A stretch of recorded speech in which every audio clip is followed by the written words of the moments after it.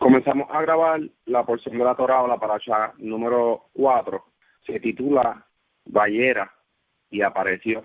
Antes de comenzar, vamos a recitar la bendición.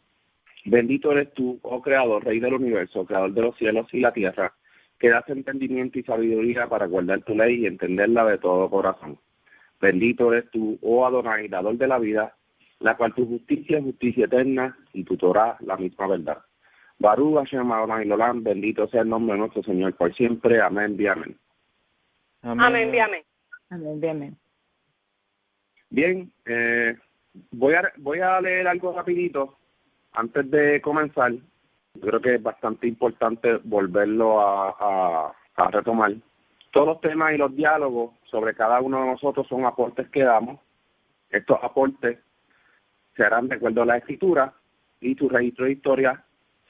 Luego las personas o los oyentes meditarán y reflexionarán sobre lo que conoce para llegar a su propio entendimiento. No somos como que el punto de que esto es lo que es, esto es lo que es. No, cada quien tiene que estudiar, tiene que leer, tiene que llegar a sus propias conclusiones. Se les recuerda que cada quien es responsable de su propia búsqueda, conocimiento, entendimiento y su propio camino. Simplemente aquí somos una guía. Nadie tiene la verdad absoluta. Vamos a enfocarnos todos en la escritura, de acuerdo a lo que cada uno puede aportar y lo que cada uno conoce. Así que gracias siempre por estar aquí y por escucharnos. La sinopsis de esta: anuncio del nacimiento de Isaac. El Creador decide la destrucción de Sedom y Gomorra. Destrucción de Sedom, las hijas de Lot se acuestan con su padre, Sara y Abimelech. El rey de Gerar, Abimelech, desiste de poseer a Sara, Abimelech desiste de poseer a Sara. Nacimiento de Isaac. Por orden de Sara, expulsan a Agar e Ismael. Pacto con Abimelech. El Creador pone a prueba la obediencia de Abraham. Abraham supera la prueba de obediencia. Nacimiento de Rivka, esposa de Isaac.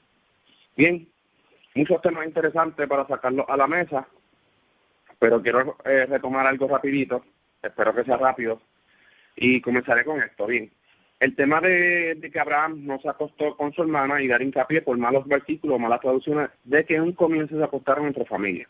La escritura nos remarca que fue así, y muchos se recuestan por estos textos para dar inicio a gracia. Se leen en los textos que la gente de Sedom y Gomorra eran perversos. Solo con darnos cuenta de su maldad y de cuando llegan los emisarios del Creador a la ciudad. Pero ¿a quiénes ofrece Lot en cambio a estos? Claro, a sus hijas. Las hijas de Lot se salvaron por la misericordia de Lot. Entonces vemos que cuando Lot ofrece a sus hijas, no eran porque eran unas santas o algo por el estilo. Ellas vivían en la ciudad que el Creador iba a destruir. Por lo tanto, utilicemos el sentido común del contexto. Eran perversas. Por eso es que Lot dice, no, amigos míos, o no me acuerdo bien lo que dice, pero dice, yo les voy a dar a mis hijas en cambio a los hombres que están aquí. Entonces nos remontamos en el 31 del capítulo 19, donde ellas maquinan embriagar a su padre para acostarse con él, porque según ellas habían entendido que todo estaba destruido. Jamás. Dicen, según la costumbre, como es usual. O sea, se sabe que se iban a acostar.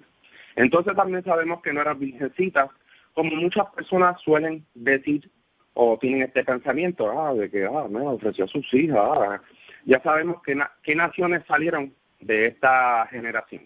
Lot también habló con sus yernos y les dijo, vemos que estas personas tomaron a las hijas de Lot como los mismos de allí. No había temor del Creador. Estos yernos eran personas perversas también. Bereshit 19:14. Lot salió y habló con sus yernos, quienes se habían casado con sus hijas, y dijo, levántense y salgan a este lugar porque el Creador va a destruir la ciudad. Pero sus yernos no lo tomaron seriamente. Si esto fuera aprobado, este mandato del Creador, desde un principio, estas cosas se hubiesen hecho abiertamente y no fueran ocultas o había que entender unos relatos como que de maldad en el hombre. Así que basta con saber el relato de Noah. Sabemos muy bien qué pasó con Noah, con su hijo menor. Vemos el caso de Sara. El Creador se le aparece en sueño a Abimelech, y éste entiende que es la mujer de Abraham y no la hermana. Bereshit 27, ahora devuelve la mujer del hombre. O sea, el Creador dice a Abimelech. Vemos es que en el 13 del capítulo 20, y cuando Elohim me hizo partir, deambular de la casa de mi padre, le dije a ella, hazme este favor, a todo lugar que lleguemos, di que soy tu hermano. Entonces realmente no era hermano, sino pariente, dice ya al comienzo del capítulo 22. Y Abraham decía de Sara, su esposa, ella es mi hermana, por temor a decir, ella es mi esposa. No fuera que los hombres de la ciudad de aquella ciudad lo mataran a causa de ella. Así que Abimelech, rey de Gerar, mandó y tomó a Sara. La palabra utilizada es Ajot, que significa hermana, pariente de la misma tribu, etcétera, etcétera. Entonces lo que realmente dice el texto en el capítulo 20, 11 al 12, y Abraham respondió, porque dije para mí, cierto no hay temor del Creador en este lugar, y me matarán por causa de mi mujer, y a la verdad también es mi hermana, pariente de mi padre, mas no pariente de mi madre, y la tomé por mujer. En otras palabras, no le engañó del todo a Abimelech. ¿Por qué? Porque también Lot es su hermano, pero la realidad es que es su sobrino. Cuando venimos a ver, así se clasificaban las tribus de Israel y todos aquellos que siguen bajo la misma creencia. Esto entiendo que es bastante claro de entender. Utilizamos el sentido común. No podemos sacar de un texto más redactado, mal traducido, para dar inicio a algo que no pasó y nunca sucedió. En el comienzo no dice que se relacionaron entre familias, pero en el sentido común y razonamiento, en la comprensión de lectura, reafirma que en el comienzo el Creador hizo una humanidad, primer capítulo de Bereshit. Algo impactante que me llamó mucho la atención es el comportamiento de Abimelech. Conocía de las leyes éticas y morales. Ya sabía que acostarse con una mujer casada era algo que no podía suceder.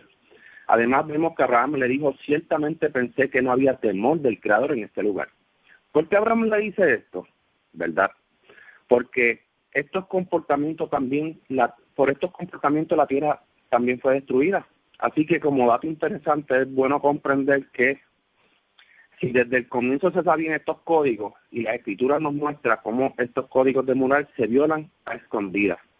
Bereshit 26, 7 al 11, y esto pasó en Gerar, en el mismo lugar que le pasó a Abraham. 26, 7 al 11. Y los hombres de aquel lugar le preguntaron acerca de su mujer, y él respondió, es mi hermana, porque tuvo miedo de decir, es mi mujer. Por ventura dijo, los varones de aquel lugar me matarán por causa de Ribca, porque era de hermoso aspecto. Y sucedió que después de que él estuvo allí muchos días, Abimelech, rey de los filisteos, mirando por una ventana, vio a Isaac que jugaba con Rebeca, su mujer. Y llamó a Abimelech a Isaac y dijo, he aquí, es de cierto tu mujer.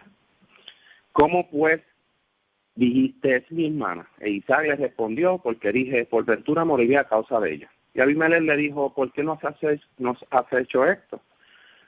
Por poco hubiera dormido alguno del pueblo con tu mujer y hubieras traído sobre nosotros la maldad o el pecado. Entonces Abimelech mandó a todo el pueblo diciendo, el que toca a este hombre o a su mujer de cierto morirá.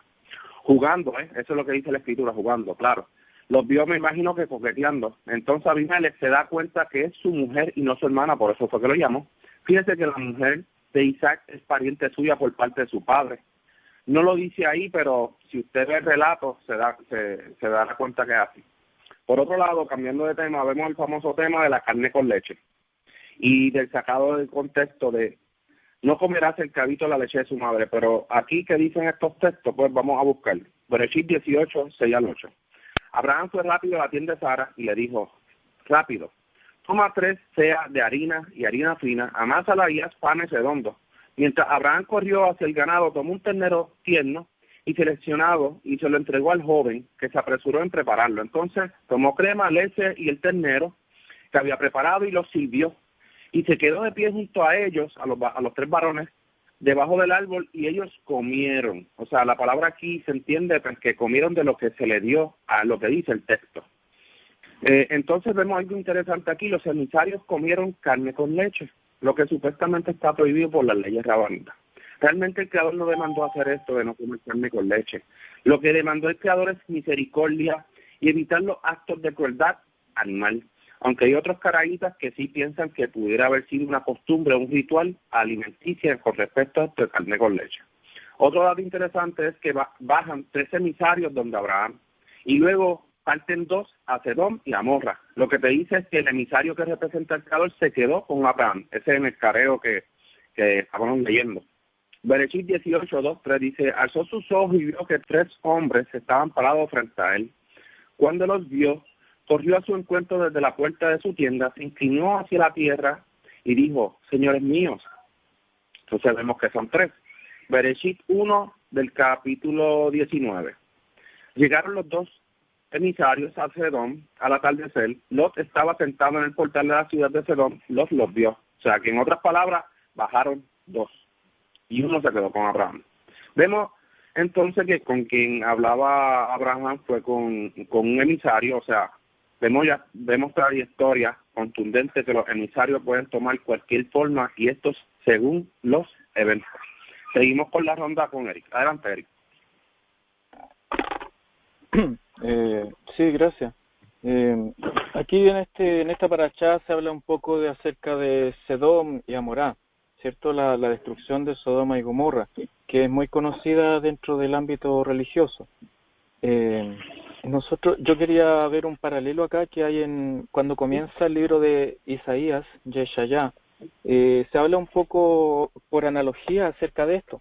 Y dice acá en Isaías capítulo 1, versículo 10, donde el Eterno le está hablando a Israel, le está hablando al pueblo judío, y dice 1:10: príncipes de Sedom, oíd palabra del Eterno, escuchad la ley de nuestro Dios. Pueblo de Gomorra, pueblo de Sodoma y Gomorra. Entonces aquí está comparando Israel con Sodoma y Gomorra. Pero a pesar de que es cierto, nosotros entendemos que el pueblo de Sodoma tenía uno de sus grandes problemas, era la inmoralidad sexual.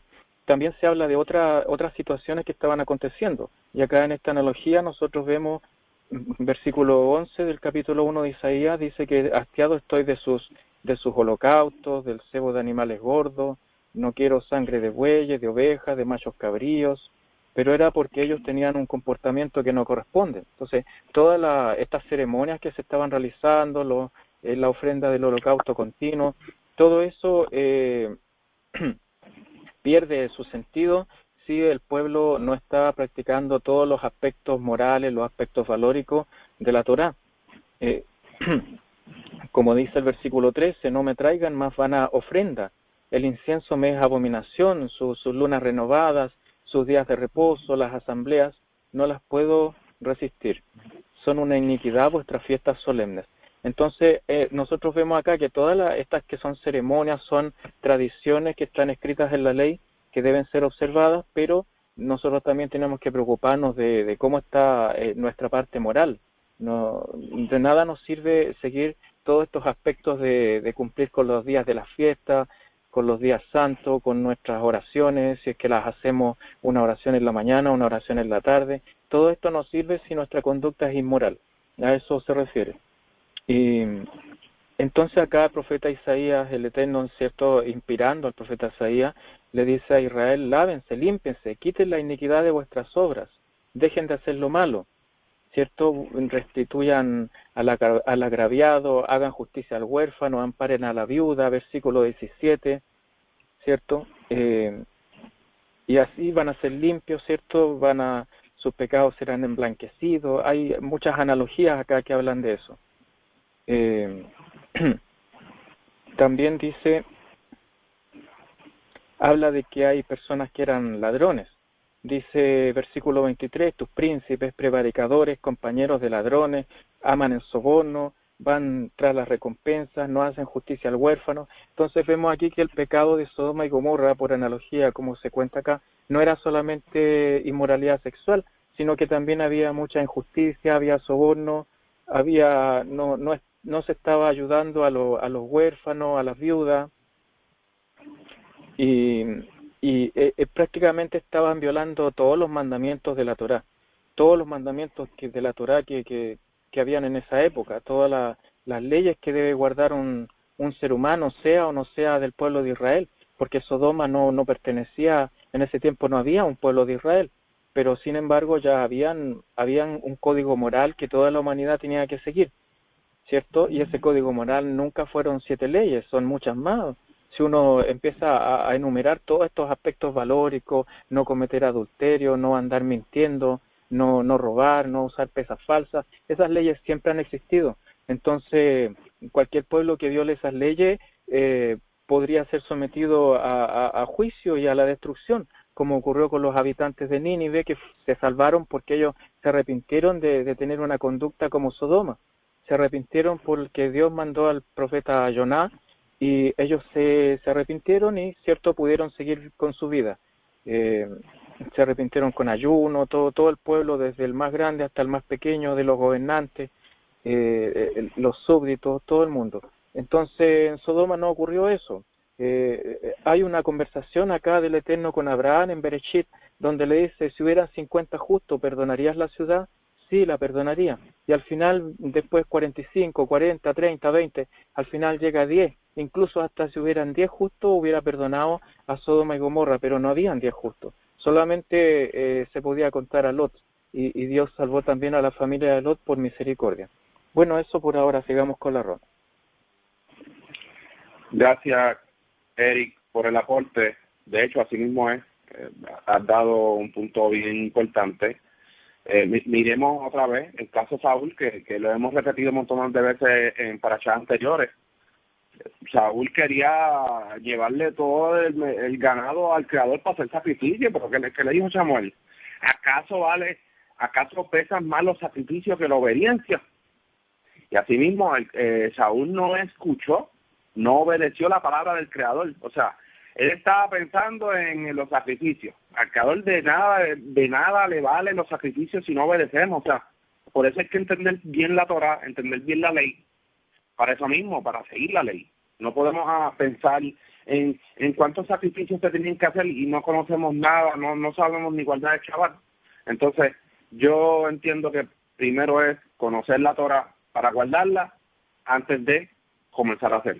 Hay un proverbio que dice, acércate más para escuchar que para hacer, porque hay mucha gente que hace los sacrificios de los locos. Así que escucha mejor y presta atención. Otro dato interesante que mencionó Eric fue las leyes morales. Las leyes morales siempre han existido, un código que siempre ha existido. Eso no dejó de existir o eso no se dio gradualmente. Las leyes morales siempre han existido. Por eso es que el Creador sigue juzgando esos pueblos, esas naciones. Abimelech, incluso en los relatos de Abraham, se ve y se nota que estos reyes tenían un código moral. O sea, ellos sabían. Y vemos los dos relatos de tanto de Abraham con Isaac, que ellos dicen, no sabía que había temor de aquí, por eso es que le dije que ella era mi hermana. O sea, ellos tenían un código, y ese código era algo que se seguía, por lo que pasa es que se perdía porque el ser humano empezó a hacer lo malo, lo mismo que pasó con Sodoma y Gomorra. Seguimos con la ronda con Ilian. Adelante, Ilian. Sí, gracias. Quería comenzar con, ¿verdad?, el capítulo 18. Vemos que aquí hay una aseveración que dice que el Creador se le apareció a Abraham, pero en el versículo siguiente leemos que él ve 3 hombres, que estos son los emisarios. Y pues nuevamente vemos que la función de los malaks, de los emisarios, es la representación del Creador aquí en la tierra. Entonces vemos que se habla de que el Creador era el que estaba hablando con Abraham, el que estaba con Abraham, pero en realidad los que estaban eran 3 emisarios, que son los representantes del Creador aquí en la tierra. Otro tema bien interesante de este primer capítulo es que Abraham se apresura a decirle a Sara que cocinara, ¿verdad?, preparara un becerro con leche cuajada. Dice que preparó el becerro con leche cuajada, etcétera, etcétera. Y esto es un versículo que, en el caraísmo, ¿verdad?, se discute mucho porque es una de las diferencias de las que tenemos con los rabanitas. Y es que los rabanitas toman este texto y lo interpretan de que no se puede comer ningún tipo de carne con lácteos. Y los caraítas pues lo entendemos de una forma literal, estrictamente literal, como se lee la prohibición de no mezclar leche con el cabrito en su leche de su madre. Y históricamente se sabe que esta prohibición pudo haber sido pudo haber sido motivada por una costumbre cananea en la que se hervía el cabrito en la leche de su madre, y por ende el Creador prohíbe al pueblo de Israel seguir estas prácticas para no imitar, ¿verdad?, prácticas paganas de otros pueblos. Y nosotros entendemos de esa manera literal el mandamiento de no hervir el cabrito en la leche de su madre. También podemos ver que este mandamiento, como bien lo mencionaron, se ve que es como un tipo de misericordia también hacia el animal, hacia la, ¿verdad?, la madre del cabrito, porque es algo, ¿verdad?, sería un acto cruel quitarle su cría recién nacida para cocinarla y quitarle la leche con la que lo alimenta para cocinarlo, ¿verdad? Es como un acto de crueldad, y el Creador, pues vemos que aquí se practica esa misericordia en el pueblo de Israel con esta prohibición. Otro comentario que quería decir de este primer capítulo es el careo que empieza a tener Abraham con el emisario del Creador que se quedó con él, porque los otros dos se dirigieron, ¿verdad?, a la misión a la que estaban enviados. Y empieza con el careo, como bien dice Eric. Es bien interesante que dice que si hubieran 10 justos, por amor a esos 10 justos, la ciudad no sería destruida, pero vemos que eventualmente sí es destruida la tierra. O sea, no había ni siquiera 10 justos en la tierra de Sodoma y Gomorra, y es por eso que las dos son, ¿verdad?, son destruidas. Luego vemos que Lot tiene este encuentro con los dos. En el capítulo siguiente vemos que Lot tiene el encuentro con los dos emisarios que van a Sedom, y los atiende, ¿verdad?, y los trata de proteger, porque ya Lot conocía de la maldad que había en esa ciudad, y los esconde en su casa. La multitud se entera ¿verdad?, de la visita de estas dos personas. Le exigen a Lot que los entregue. Lot vemos que ofrece a sus hijas a la multitud. Esto es algo que es bien chocante para algunas personas. Yo creo que, ¿verdad?, en el tiempo que yo he estado estudiando las Escrituras, he podido ir comprendiendo cómo funciona la justicia del Creador. Y cuando tú no tienes un entendimiento de cómo es que funciona la justicia del Creador, uno lee estos textos y los encuentra de una forma chocante, qué injusto, qué tipo de padre sería ese de ofrecer a sus hijas, etcétera, etcétera. Pero yo eventualmente, ¿verdad?, cuando se lee que las hijas de Lot, esas mismas hijas que él ofreció, luego lo emborrachan y cometen ese acto inmoral de acostarse con el padre para, ¿verdad?, para embarazarse, ya uno ve el por qué Lot conocía a sus hijas y sabía que también en sus hijas había maldad. Porque también vemos que en ese mismo relato Lot avisa a sus yernos. Eso quiere decir que Lot ya había tenido más hijas, de las cuales ya se habían casado con personas de esa ciudad. O sea, Lot juntó a sus hijas con gente perversa.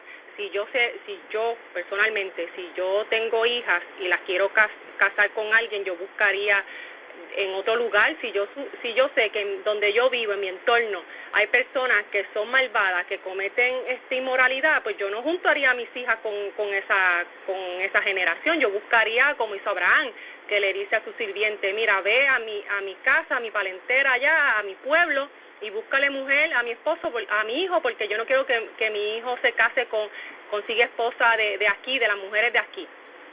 Porque ya Abraham sabía de las consecuencias de que su hijo se casara con una cananea. Y lo vemos también eventualmente cuando el Creador le dice al pueblo de Israel: no se junten con las mujeres de estos pueblos, porque eventualmente esas uniones iban a desviar al pueblo, porque eran personas que no estaban dispuestas a cambiar, a tornarse de sus caminos malvados. Lo vemos con Salomón, también le pasó lo mismo. No eran mujeres ni personas, ¿verdad?, en el caso de los hombres, no eran ni mujeres ni hombres que quisieran devolverse de su maldad y adoptar las leyes del Eterno, como lo hizo Ruth. Ruth era una moabita, era pagana, pero Ruth tomó conciencia y dijo, no, yo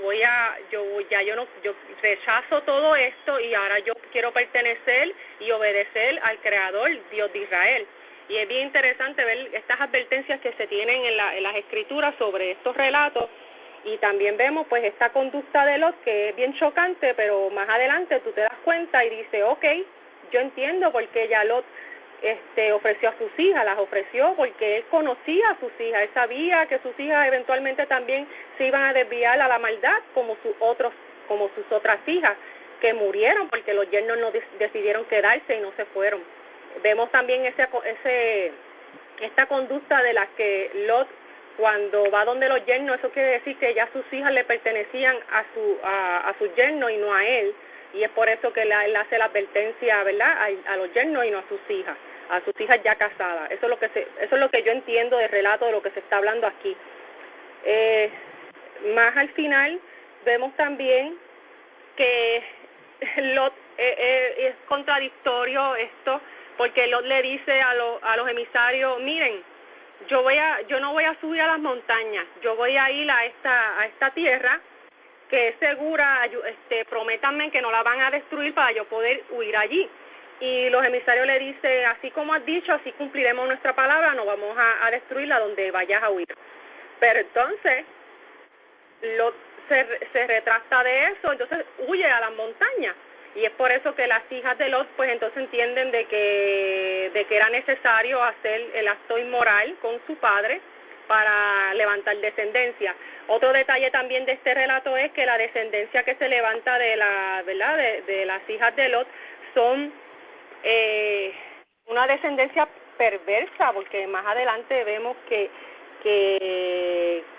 estas dos naciones que se levantan de aquí, eventualmente se habla de ellas y eran naciones que también hacían maldad.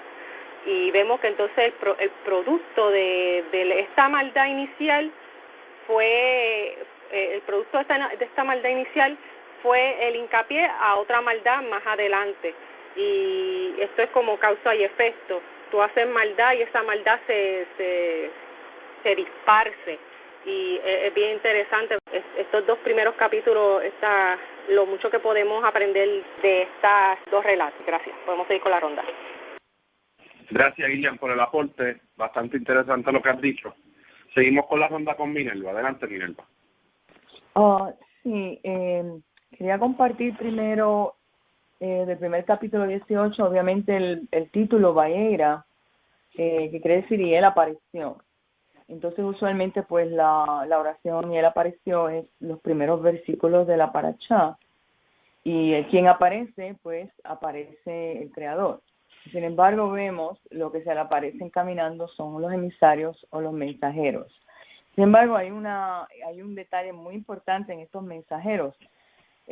Sabemos que los mensajeros que representan la voz o la palabra profética en un momento dado, estos mensajeros comieron, y incluso él los vio y comió con ellos y todo. Entonces es posible que estos mensajeros hayan tomado cuerpo y forma humana para poder digerir la comida y todo esto, como él le dice primero, si te place no prosigas sin detenerte junto a mí, le dice a Abraham que se traiga un poco de agua y lávense los pies, se posen bajo el árbol y traeré un bocado de pan para que se refresquen.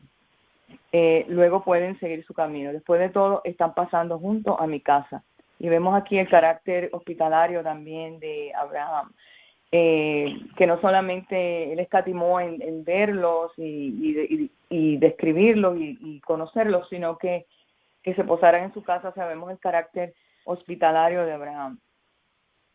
Ahí ellos le preguntan ¿dónde está Sara tu mujer? Y él les responde que estaba en la tienda. Entonces, sin embargo, hay un portavoz que habla en singular. En el versículo dice, retornaré a ti en este tiempo el año próximo, dijo uno de los hombres, y Sara tu mujer tendrá un hijo. A esto pues Sara escuchaba detrás de la entrada de la tienda y él estaba del otro lado. Era obvio que ellos eran muy ancianos y Sara no tenía los ciclos femeninos. Pero en el 12 es muy importante que aquí ella se rió para seguir diciendo, ahora que estoy gastada tendré el deseo en mi corazón y mi esposo es viejo. Y ahí él le dice a Abraham, ¿por qué Sara se rió y dijo, ¿puedo realmente tener un hijo cuando soy tan vieja? El 14, bien importante, es alguna cosa demasiado difícil para el Creador. Al tiempo señalado retornaré y Sara tendrá un hijo. O sea, aquí lo importante es ver también cómo esta palabra profética hace un año, ella, yo creo que más bien Abraham en esta trayectoria no sabían exactamente lo que iba a ocurrir. Sabían que había una promesa, pero cómo iba a ocurrir esa promesa ellos no lo sabían. Entonces ellos iban, según iban pasando los eventos, iban aprendiendo algo más, iban entendiendo. Entonces aquí vemos una Sara que dice, wow, de esta forma tendré yo un hijo a mi edad. Como que le choca a ella físicamente este evento de que iba a tener un hijo a esta vejez. Entonces vemos aquí cómo coincide esta palabra Bayeira con él apareció. Aquí veo que coinciden viendo más bien con nuestros ojos espirituales, no tanto en lo físico, porque si fuera por lo físico, ellos no hubiesen creído realmente que iban a tener un hijo, pero como viendo con los ojos espirituales han creído que sí, pues entonces aquí, luego que Abraham entiende cómo se van a ir ocurriendo estos sucesos, Bayeira, viendo con nuestros ojos espirituales, su asignación no había sido completada todavía, sino que esta asignación de Abraham comienza con ellos mismos. Luego la van a pasar a su hijo Isaac, luego a sus nietos. Vemos que cuando él rechaza el botín del rey de Sodoma, Abraham hace una declaración de principios. Él se desvincula totalmente de Sodoma y de su rey. ¿Qué pasa? Que en Sodoma había estaba Lot y su familia, y ellos en el capítulo 10, aquí comienzan a interactuar esta dinámica con Abraham. La cuestión de Sodoma en el versículo 18, pero supongamos que falten 5, siguen bajando los números, falten 5 de los 50 inocentes. Ya se había hablado de la destrucción de Sodoma. ¿Destruirás toda la ciudad debido a los 5? Y dice, no la destruiré si encuentro allí 45, respondió Elohim. Entonces él persiste y persiste hasta que llega a 30, luego baja a 20, luego baja a los 10. En el 33 dice, cuando terminó de hablar con Abraham, el Creador lo dejó, Abraham retornó entonces a su hogar, o sea que lo dejó en 10. Quiere decir que había menos de 10 personas justas, si no habían, o sea, si vamos a pensar, Lot, sus 2 hijas y su esposa eran solamente 4 los que salieron, había menos de ese número. Entonces ellos llegaron, los ángeles llegaron a Sodoma al atardecer mientras Lot estaba sentado en la puerta. Entonces hay un versículo clave que me llama la atención en el 20 y el 21. Dice que Elohim entonces dijo, el clamor contra Sodoma es ciertamente grande y su pecado es ciertamente muy grave.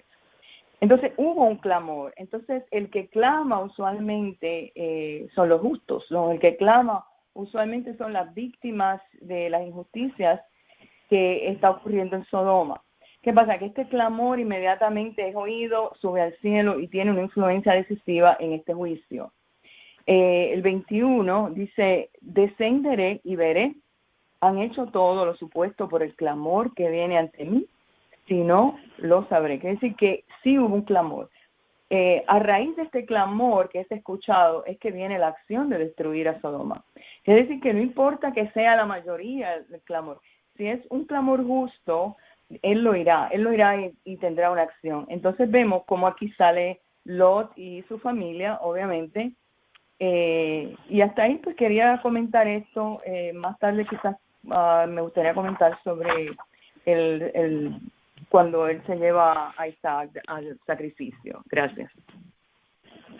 Gracias, Minerva, por el aporte. Quería leer aquí Bereshit rapidito, 4:10. Dice, y él le dijo, ¿qué has hecho? La voz de la sangre de tu hermano clama a mí desde la tierra. también podemos ver que esa sangre inocente haya clamado al Creador, y puede ser, sí, relativamente estas almas que murieron a causa de esa perversidad. Pudieron haber sido muchas cosas. Lo que sí es que se dice que no hallaron 10 justos, porque por 10 justos, por misericordia, hubiesen perdonado la tierra y fue destruida. Así que son datos interesantes. Gracias por traerlo a la mesa. Seguimos con la ronda con Yolanda. Adelante, Yolanda. Sí, Shalom, ¿se me escucha? Sí, se escucha bien, Yolanda. Adelante. Bueno, un saludo para todos los que nos escuchan.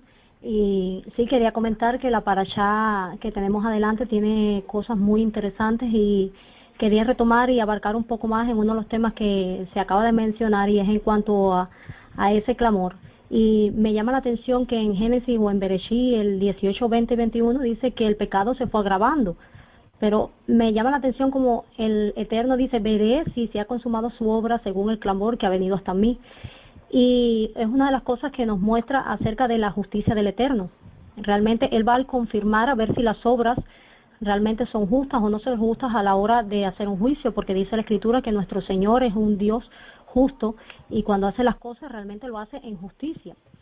Y vemos finalmente que, como se ha venido hablando, inclusive Él le dice a Abraham que si hubiera al menos 10 justos, pues así se mantendría en no destruir a la ciudad. Y cuando vamos a el capítulo 19, versículo 4 del mismo libro de Bereshit, vemos finalmente, me llama la atención una palabra muy importante, donde dice todo el pueblo junto, desde el más joven hasta el pequeño, se habían reunido alrededor de la ciudad para tratar de que sacaran a los visitantes para poder conocerlos, como usa la frase. Y es interesante que dice todo el pueblo junto, desde el más joven hasta el más pequeño. Y cuando vemos esto, pues nos damos cuenta de algo. Realmente, como bien había llegado el clamor ante ellos, todo el pueblo estaba contaminado. Vemos que hasta el más joven, es decir, el que todavía podíamos decir casi que era un adolescente, que tenía poco conocimiento, por así decirlo, en la maldad, ya estaba contaminado completamente en la maldad. Todo el pueblo realmente era bastante pecador en extremo, como bien se le había dicho al Señor en cuanto a la queja que había contra esta ciudad. Y cuando vamos al capítulo 19, versículo 5, vemos que ellos dicen, ¿dónde están los varones? Tráiganos para que los conozcamos. Esta frase conozcamos, como bien vemos en la Escritura, sí está desde el inicio cuando Adán y Eva, para que los conozcamos. Pero sobre todo me llama la atención que aquí usa una palabra muy interesante en el 19:9, donde ellos finalmente, luego le dicen el 7, no hagan tal maldad, y es cuando le dice que le ofrece a sus hijas para que al menos se contenten con ella. Pero la frase que me destaca mucho aquí está en el versículo 9, donde dice, ellos respondieron, quita, y añadieron, vino este extraño para hacerse juez entre nosotros. Y la frase es, ahora te haremos más maldad que a ellos. Y aquí es cuando realmente nos damos cuenta que realmente querían hacer maldad con ellos. Su intención no era nada bueno, ni siquiera vamos a conocernos en el sentido de vamos a pasar tiempo especial con ellos, vamos a tener una charla, no.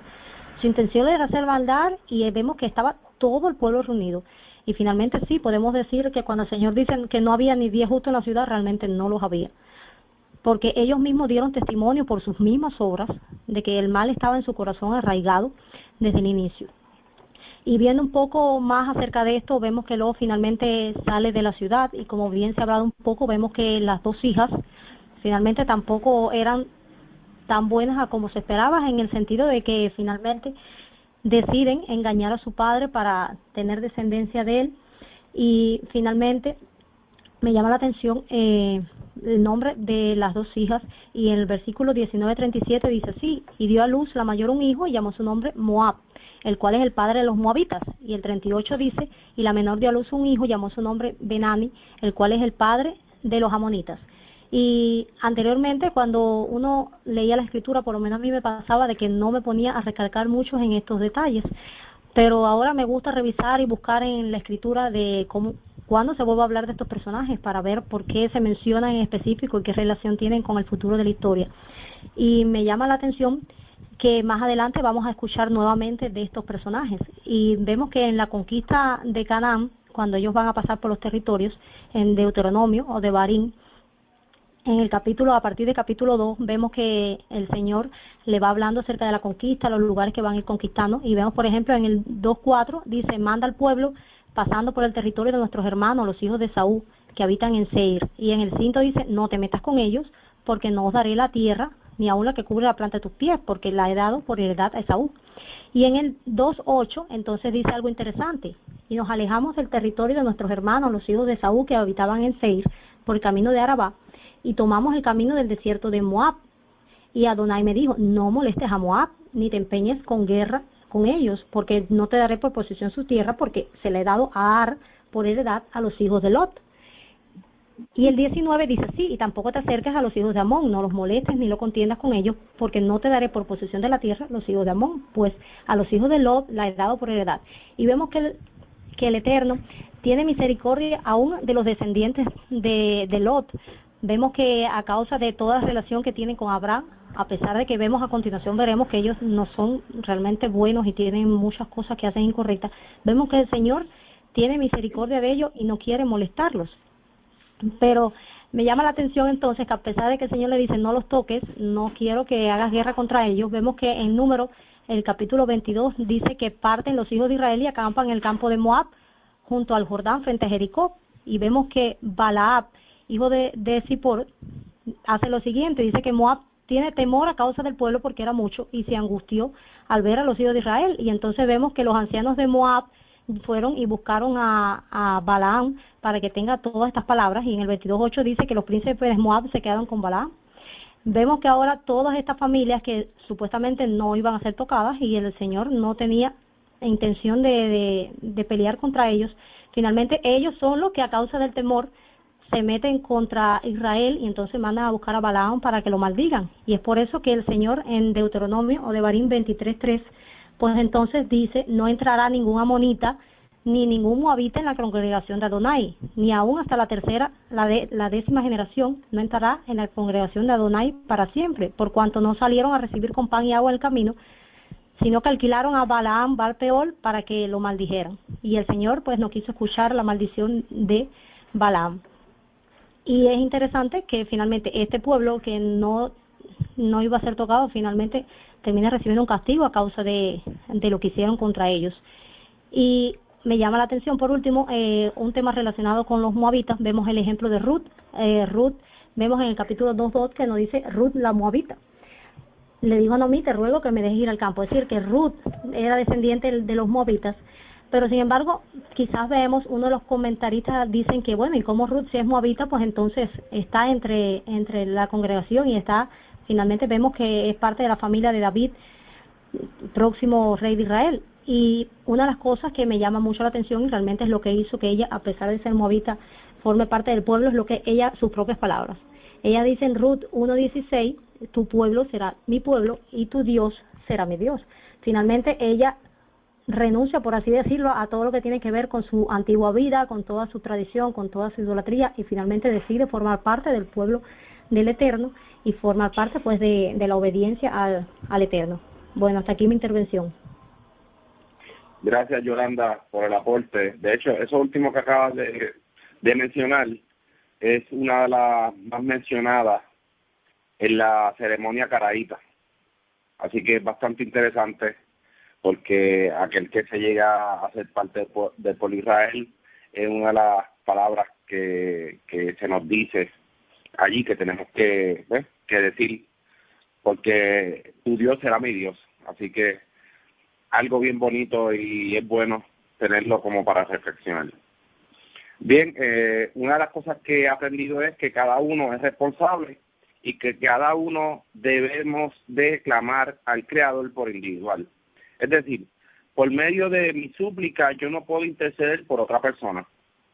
Así que vimos este relato en Abraham, no habían justos, gracias a la misericordia de Lot, porque a pesar de que Abraham sí dijo, y si hay 10 justos, pero gracias a la misericordia de Lot, que Lot fue a recibir a estos emisarios, o sea, Lot hizo su parte. Así que el Creador conoce el corazón de cada uno de nosotros. Vemos el capítulo 21, Agar, la sirvienta de Sara, madre de Ismael, que no pudo hacer nada por el niño, pero Cuando se acabó el agua, dice aquí, cuando se acabó el agua, del 15 al 17, del 21, capítulo 21, cuando se acabó el agua de la cantimplora, ubicó al niño debajo de un arbusto, un árbol, y fue y se sentó a lo lejos, de frente, a distancia más o menos de 2 arcos, porque dijo, no quiero ver la muerte del niño. Y se sentó a lo lejos frente a él y lloró en voz alta. El Creador oyó la voz del muchacho, o sea, ni tan siquiera escuchó los llantos de ella. Entonces el emisario del Creador llamó a Agar desde el cielo. Fíjense que el niño, lo más seguro, había aprendido este código de cómo invocar al Creador. Y fíjense que el Creador llamó a Agar, no al niño. El Creador escuchó al niño, pero el Creador llamó a Agar desde el cielo y le dijo, ¿de qué te quejas, Agar? No temas, pues el Creador ha oído la voz del muchacho de donde está. O sea, bien claro vemos que ella llorando en llanto, viendo la muerte del niño, para ver la muerte del niño, y el niño pues es el que hace el gesto de acercarse al Creador. O sea, en otras palabras, el niño, a pesar de lo que pasó, invocó al Creador, porque el Creador dijo, oyó la voz. El Creador no escuchó un grito, un gemido, ni un llanto, sino la voz del niño. Vemos un paralelo aquí también cuando el Creador escucha el gemido de los hijos de Israel, la queja cuando estaban con Egipto. Así que es bien diferente aquí, aunque hay un paralelo, sí, es bien diferente saber entender que escuchó la voz, o escuchó un gemido de dolor, de sufrimiento, en este aspecto por parte del pueblo de Israel, y aquí el niño. Así que, aludiendo a que el niño sí habló. Shemot 32:33 dice, y el Creador respondió a Moshe, al que pecare contra mí, a este raeré yo de mi libro. Vemos claramente que esta acción de usted y el Creador es personal.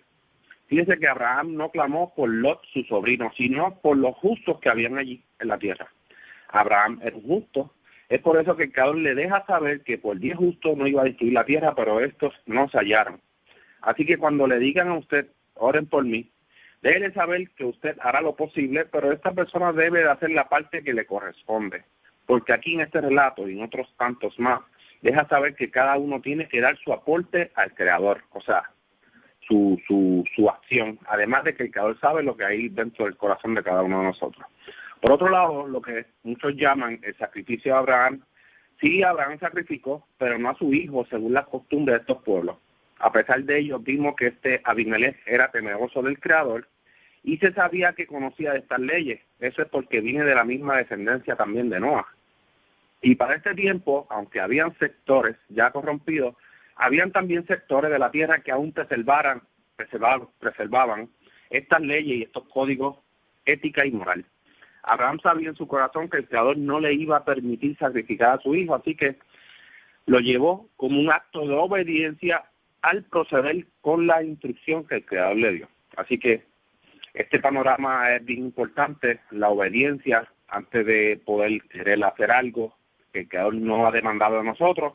Por lo tanto, cuando el Creador dice esto hará en la tierra de Israel, en el lugar donde yo habito o habitará mi nombre allí, pues verlo como algo recto delante de sus ojos. Usted no podrá hacer nada donde está ahora mismo porque el Creador lo estableció allí. Y hay un orden en la cual esto se tiene que dejar llevar. Están los levitas, los sacerdotes, pero hasta que no se levante todo esto, usted no puede hacer nada. Así que nos resta conmemorar las festividades, sacar el día de reposo y hacer lo más que nosotros tengamos a nuestro alcance. Seguimos con la ronda con Eric. Adelante, Eric. Sí, gracias. Claro, quería retomar un poquito el capítulo 20 de Bereshit, porque es muy interesante acá cómo se demuestra, se confirma a partir de todo el libro de Bereshit que hay un código moral que era conocido por todas las personas de la época antigua. Abimelech, que era el rey de los filisteos, era como un líder, un gobernante, probablemente era el rey, y dice acá en el 23, dice que Dios se le apareció en sueño y le dice, vas a morir a causa de la mujer que has tomado porque es casada, tiene esposo. Entonces, nosotros vemos acá que él, a pesar de que no era de la parentela de Abraham, en ese tiempo todavía no existía Israel, Entonces, pero claramente ya las leyes, el código de no cometerás adulterio y otras leyes ya estaban claramente, eran conocidas por las personas. Realmente lo más probable es que esto viniera desde los tiempos de Adán y Java. Entonces ellos tienen que haber enseñado también leyes, porque al comer del árbol del conocimiento del bien y del mal, ellos se le abrieron sus ojos y conocieron, aprendieron a diferenciar el bien del mal. Entonces en ese momento ellos tienen que haber enseñado un conjunto de normas, decretos, y por eso es que habían patriarcas y personas de esta época que conocían las leyes hace 4.000, hace 5.000 años, sabían que habían ciertos preceptos morales que había que observar, que eran necesarios para poder tener derecho a vivir en este mundo. Versículo 7 dice: devuelve la mujer a su esposo porque es profeta, orará por ti y vivirás. Si no la devuelves, sabe que de cierto morirás tú y todos los tuyos. También quería comentar una cosa que ya se habló un poco, interesante, capítulo 21, versículo 17, ¿cierto? Comenzando el versículo 16, donde dice que ella estaba sentada enfrente del muchacho, alzó la voz y lloró, ¿cierto? Ella estaba clamando al Eterno que por qué iban a morir en el desierto, pero después viene, ¿cierto? Dice que un ángel la llamó desde el cielo y le dice: escuché la voz del muchacho, ¿cierto? No le dice te escuché tu oración, sino que escuché al muchacho. Entonces es importante también orar, pues, que la oración sea personal, tal como ya lo comentaste, y esto es uno de los textos donde se demuestra eso. La relación con el Creador es absolutamente personal. Cuando nosotros queremos sanidad, si nos sentimos mal, o si queremos obtener tener alguna bendición material, que también es válido solicitarlo al Creador, pero siempre esto de preferencia tiene que ser algo personal, y el Eterno nos va a escuchar si nuestro comportamiento, si nuestra conducta y si nuestro corazón es correcto, ¿cierto? Ante los ojos del Eterno, porque aquí lo correcto, lo incorrecto, todo esto se ve ante los ojos del Eterno y ante la Torá. Nosotros la guía que tenemos para saber lo que es correcto y lo que no es la Torá. Bueno, eso quería comentar, llegamos con la ronda. Gracias, Eric, por el aporte.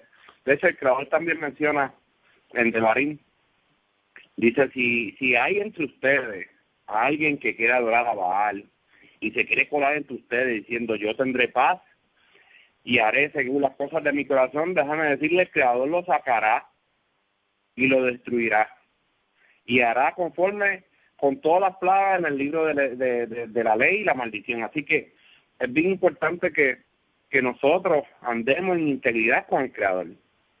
Nosotros se supone que invoquemos nuestras acciones y confesemos con nuestros labios, porque una de las cosas que nos enseña la Torá y los escritos y los profetas es que tiene que salir de nuestros labios también.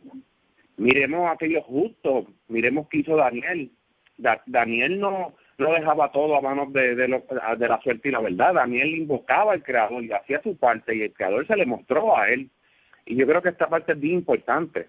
Nosotros, como caraítas, como escudriñadores de la Escritura o hijos de la Escritura, debemos de seguir fielmente lo que la Torá nos enseña, porque muchas veces se piensa que no, yo en la congregación es que donde yo me mando, hago lo que no.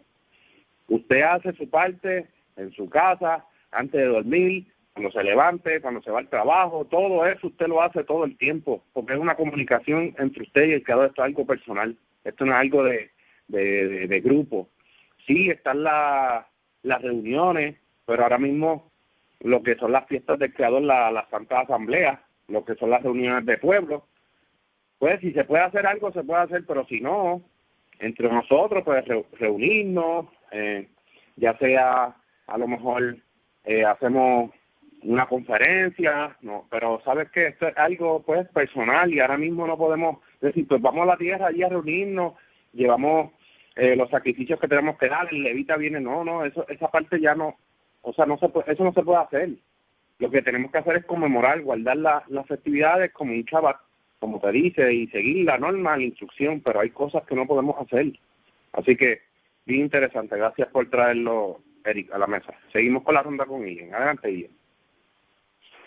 Sí, gracias. Quiero ser un poco breve para darle oportunidad a los demás, porque ya estamos cortos de tiempo. Quería entonces pasar al capítulo 21. En un comienzo de ese capítulo hay algo que me llamó mucho la atención, y es que vemos el comportamiento de Sara con el hijo de Agar, y es bien interesante porque hay personas que se preguntarán, ¿y acaso Sara le tenía celos a Agar y a su hijo? ¿Y acaso Sara actuó de una forma justa? Y yo entiendo que sí, que Sara fue escogida por el Creador para, ¿verdad?, para que naciera Isaac y de Isaac saliera la nación de Israel y, ¿verdad?, la descendencia. Y yo creo que Sara, todas las acciones que tomaba Sara eran justas porque eran apoyadas por el mismo Creador, porque Abraham se afligía y el Creador le decía, escucha la voz de tu mujer. Eso quiere decir que Sara estaba actuando de forma justa. Y quería hablar un poco, porque anteriormente habíamos visto que Sara despachó a Agar en capítulos anteriores, pero era porque Agar tenía una conducta de soberbia delante de su amo, ¿verdad?, que era Sara. Y cuando se vio embarazada, cuando vio que tuvo un hijo, se ensalzó frente a Sara, y Sara vio esta soberbia, vio que Agar se fue en contra de ella y la despachó. Y el Creador le da otra oportunidad a Agar, y Agar vuelve de nuevo, y Sara la recibe. Pero entonces vemos ahora que Sara nuevamente toma la decisión de echarlos a Agar y a su hijo nuevamente por algo que Sara vio. Y en el versículo 9 dice que Sara vio al hijo de Agar,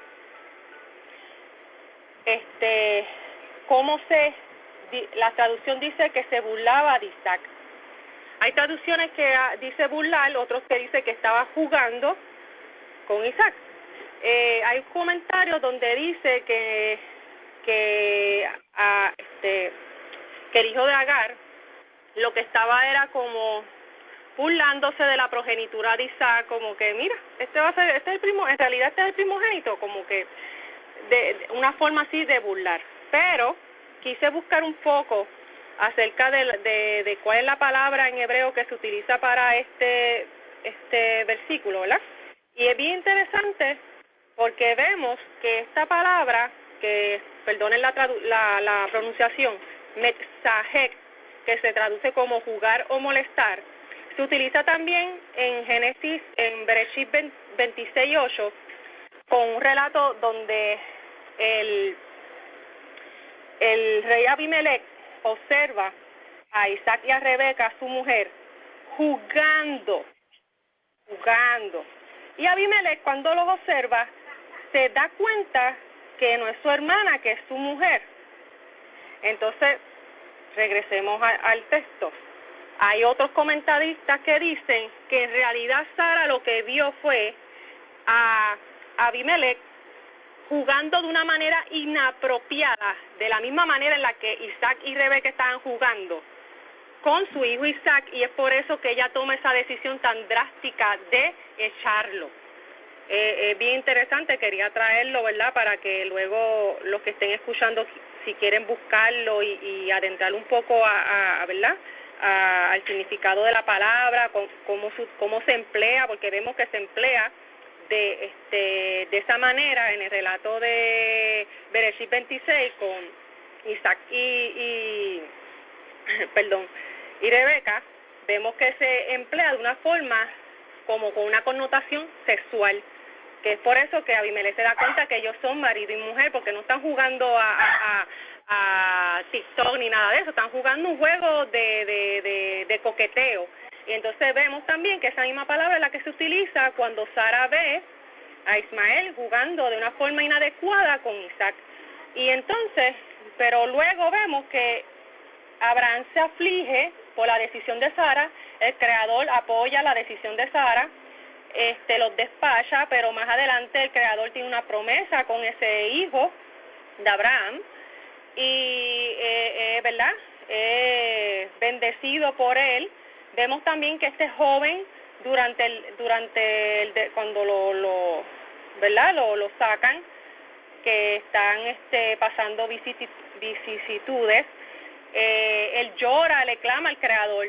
Yo creo que una de las cosas bien importantes que debemos entender es que cuando uno llora y clama al Creador es porque uno está de corazón arrepentido. Y yo veo en este relato que el hijo de Agar estaba verdaderamente llorando y arrepentido de lo que había hecho, y que por consecuencia le costó los haberlos echado de allí, de su hogar, ¿verdad? Y el Creador oye ese llanto, ese lamento, y les consigue, ¿verdad? Los hace ver el pozo de agua para que no murieran, y les hace esta bendición. Después, más adelante, ¿verdad? Ya con el tiempo, se ve algo que es bien interesante que quería comentar también, y es que Abraham se encuentra con Abimelech y tienen una disputa con un pozo. Y es bien interesante que como ninguno de los dos, como Abimelech no sabía quién había hecho el pozo, no había visto, no había conocimiento de dónde había salido, pero Abraham le contesta, lo hice yo, o sea, es mío.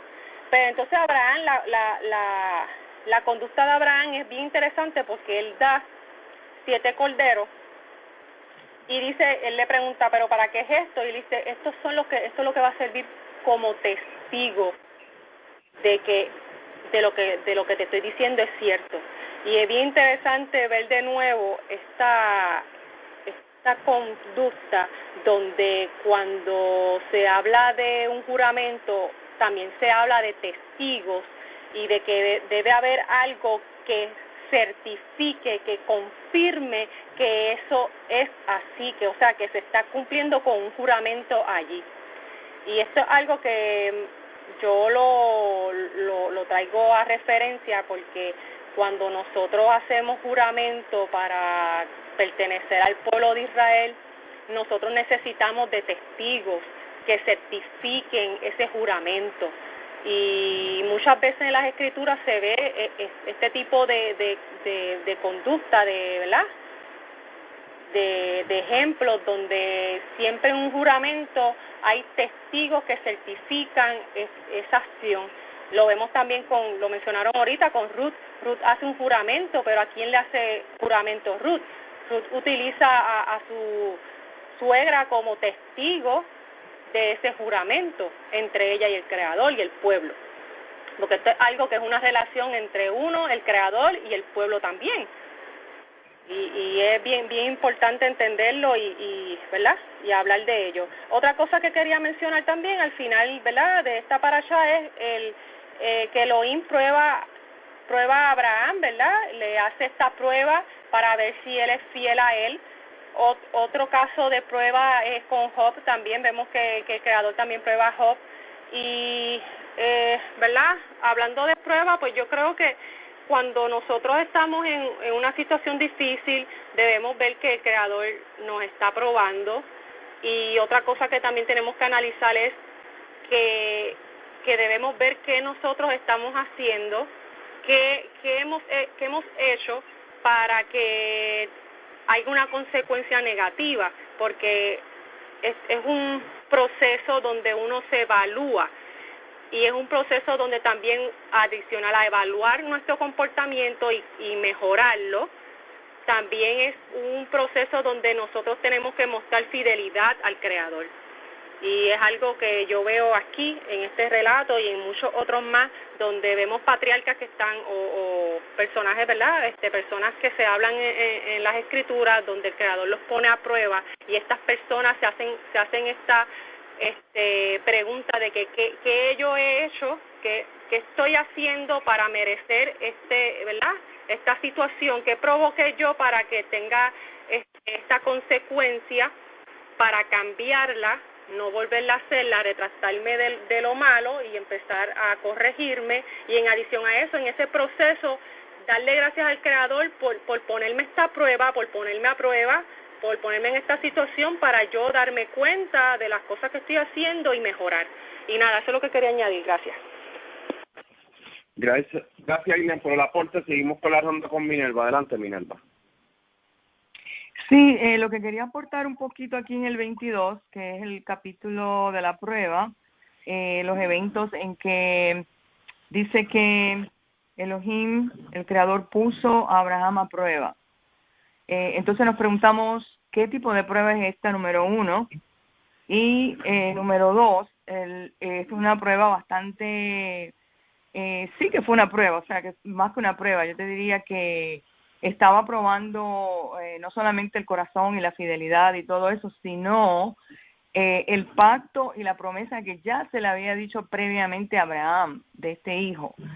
Entonces vemos a un Abraham que ya había perdido a su hijo Ismael, él amaba a su hijo Ismael, y dice que el Eterno le dijo, créele a tu esposa Sara. Él le creyó a ella y actuó de acuerdo a lo que Sara le decía. Entonces aquí directamente Elohim le habla a él directamente.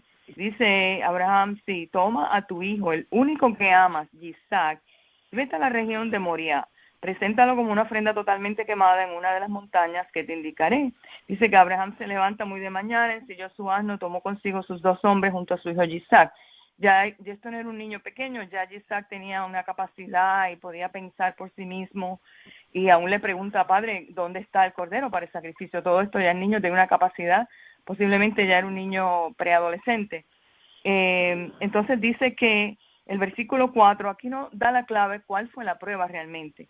El tercer día Abraham alzó sus ojos y vio el lugar desde lejos y le dijo a sus 2 jóvenes, quédense aquí con el asno, el muchacho y yo iremos a ese lugar, adoraremos y luego retornaremos a ustedes. O sea que aquí la prueba se basa en torno a cuán proféticamente Abraham le iba a creer al Eterno. O sea, de todo lo que le había hablado el Eterno, ahora es la prueba grande, que si tú ibas a ver con los ojos espirituales el futuro, o sea, pruébame bien esto, yo te estoy haciendo esto ahora, tú lo vas a hacer, pero la prueba realmente grande es lo que tú crees y sabes que el Eterno hará posteriormente. Y aquí él dice que sí, que iban, antes de hacer ofrecer a su hijo en sacrificio, dice, adoraremos y luego retornaremos a ustedes. O sea que aquí estaba probando al Abraham profeta, al Abraham que profería palabra del Eterno a su pueblo, que era una característica necesaria para cimentar este pueblo. Y muchas veces somos probados en esta forma, creer en lo que ya se nos ha dicho, y aunque él seguía la tangente, él seguía las instrucciones, pero ya sabiendo que dentro de sí mismo esta promesa iba a ser cumplida. Y entonces quizás muchas veces nos vamos por la tangente o quizás miramos y dudamos de derecha a izquierda, pero aquí Abraham en ningún momento dudó. Y sin embargo, aquí vemos cuando él se dispone a sacrificar el niño, dice que el versículo 11, el ángel del Eterno lo llamó del cielo y le dijo, Abraham, no le hagas daño al muchacho, no le hagas nada, puesto que ahora sé que temes a Elohim, no has retenido de él a tu único hijo. Entonces también otro tipo de prueba sería, ya tú sabes que Ismael no era y lo mandaste, entonces ahora que este es tu hijo, él pudo haber dicho, no, espérate, ya yo mandé a Ismael, este es el que, esto no puede ser cierto, pero sin embargo, él estaba bien atonizado con la voz del Creador, de una manera tan y tan profunda, que él simplemente sigue la dirección, sabiendo en su corazón, o sea, en ningún momento él dudó.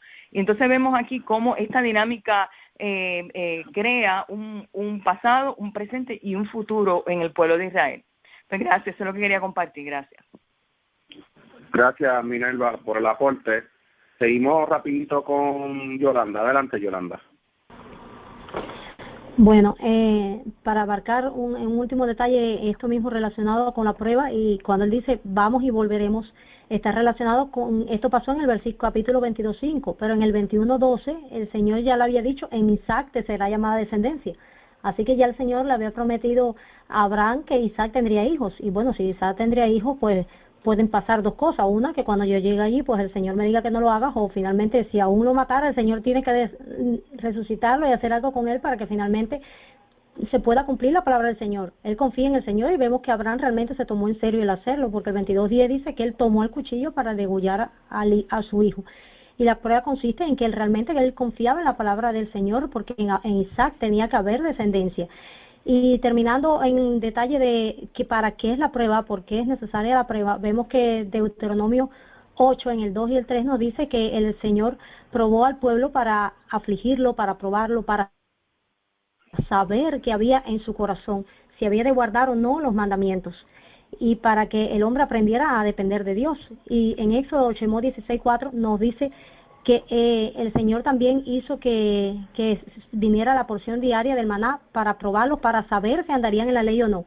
Es decir, que la principal situación con la prueba viene dándose en cuanto a ver si la persona, qué hay en el corazón de la persona, porque cuando estamos en situaciones así extremas, como esta de Abraham, darlo todo porque era todo o nada, y realmente se prueba si la persona realmente confía o no confía en Dios, si va a obedecerle o no va a obedecerle.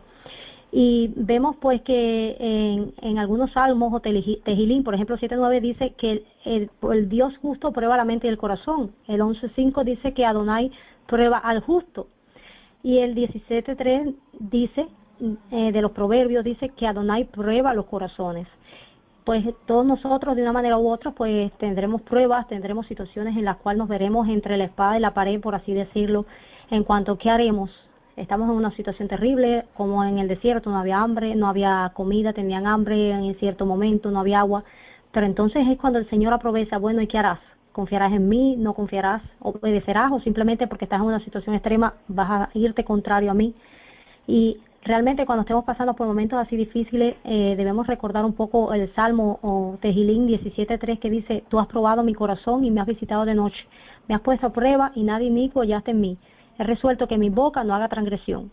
Y finalmente que podamos todos nosotros pasar la prueba de la mejor manera, y si de alguna manera fallamos en alguna prueba, que seamos capaces de volvernos en obediencia al Eterno y proponernos realmente mantenernos en fidelidad a Él, pase lo que pase, aun cuando sean momentos difíciles. Bueno, hasta aquí la intervención. Gracias, Yolanda, por el aporte. Es bien interesante el relato de Abraham porque él mismo dice, nosotros vamos a adorar y vamos a bajar. Y ya el Creador le había prometido descendencia, más bien fue ese acto de obediencia de Abraham, porque Abraham escuchó y guardó todo lo que el Creador le mandó. Así que algo para reflexionar y estudiar. Gracias por los aportes. ¿Alguien más quiere dar algún aporte final? Si nadie quiere dar un aporte final, les deseo a todos chau a todos. Chau a todos. Chau a todos.